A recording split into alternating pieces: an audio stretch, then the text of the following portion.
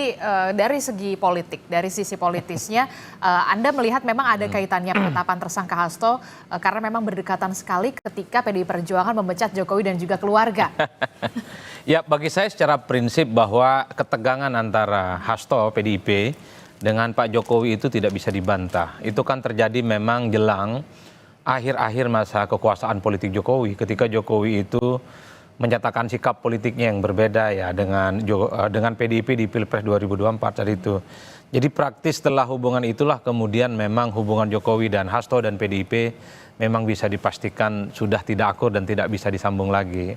Nah, itu yang kemudian menebalkan kenapa misalnya kita lihat satu persatu elit-elit PDIP itu kan mengkritik segala hal yang disampaikan oleh Pak Jokowi dan seterusnya dan seterusnya. Lalu publik bertanya-tanya apakah persoalan politik ini juga akan merambat kepada persoalan hukum.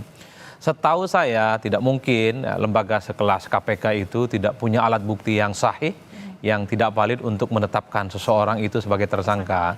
Artinya apa? Kalau kita mau hitung satu persatu argumen-argumen dari KPK, bahkan Novel kalau tidak salah menyatakan mantan penyidik KPK sebenarnya sejak 2020-2021 ada rekomendasi supaya Pak Hasto saat itu sudah mulai ditetapkan sebagai tersangka. Tapi kan pimpinan KPK saat itu kan menolak dan kemudian tidak menindaklanjuti.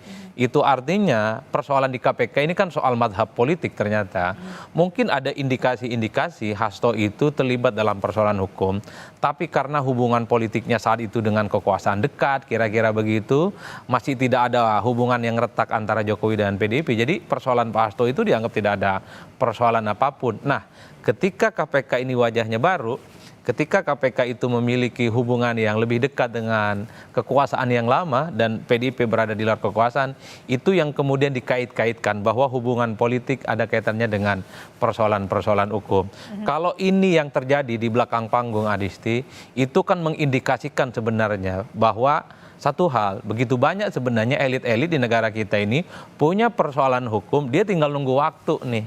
Apakah dia memiliki hubungan baik nih dengan kekuasaan? Apakah dia punya hubungan baik dengan penegak-penegak hukum? Kan ngeri betul negara kita kalau begini prosesnya. Tapi satu hal bagi saya, kalaupun toh ini menjadi trigger bagaimana supremasi hukum kita ditegakkan ke depan, termasuk KPK, ini tentu akan menjadi kabar yang baik. Tapi kan Hasto ini sudah selesai bagi saya. Ketika sudah ditetapkan sebagai tersangka, dramanya mestinya sudah harus diakhiri. Kan ini sudah fakta-faktanya kan tinggal diungkap.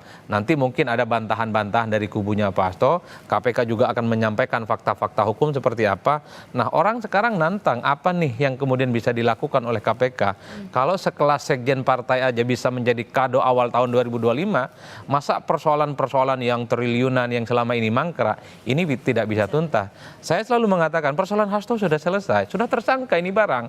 Apalagi mau dikembang-kembangkan, orang-orang yang selama ini terkait dan seterusnya itu kan sudah dipanggil satu persatu.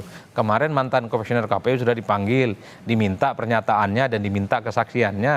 Hasto mungkin setelah tanggal 10 Januari dipanggil. Ini kan tinggal kita tunggu nih Pak Hasto ini follow up-nya seperti apa, mau ditahan atau mau pra peradilan dan seterusnya dan seterusnya. Dan yang paling ditunggu oleh publik sekarang KPK ke depan seperti apa, kasus pertambangan, illegal logging, illegal fishing, dan orang-orang yang terindikasi orang-orang penting di negara kita yang dinilai punya kasus hukum tidak selesai. Nah, itunya yang mesti harus dituntaskan oleh KPK ke depan ya. Bagi saya cerita Pak Hasto ini sudah selesai. Tinggal teman-teman PDIP, tim hukumnya itu cari jalan keadilan, mungkin pra-peradilan. Kemudian KPK akan menindaklanjuti dengan temuan-temuan bukti yang dikembangkan.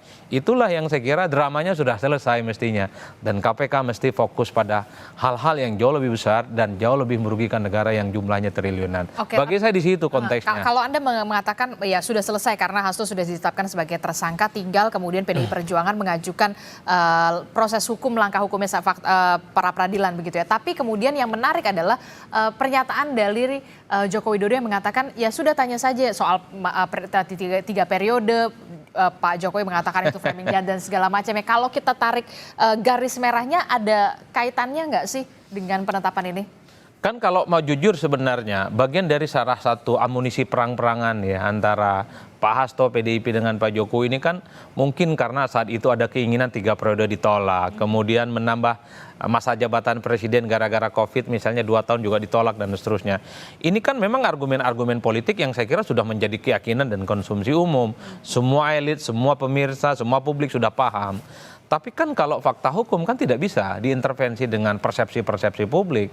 Yang ingin saya tegaskan mungkin, ini kan menegaskan satu hal di negara kita ini, bahwa hubungan politik dengan kekuasaan, hubungan politik dengan lembaga-lembaga penegak hukum, ternyata menjadi suatu hal yang penting.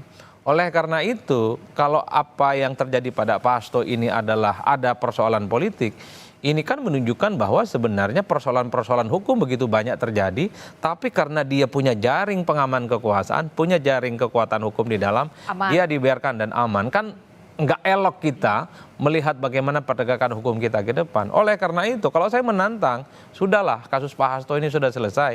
Ayo yang lain, ada tidak elit-elit yang disangkut pautkan dengan kebijakan-kebijakan yang dinilai merugikan negara selama ini? Bisa tidak KPK itu menindaklanjuti?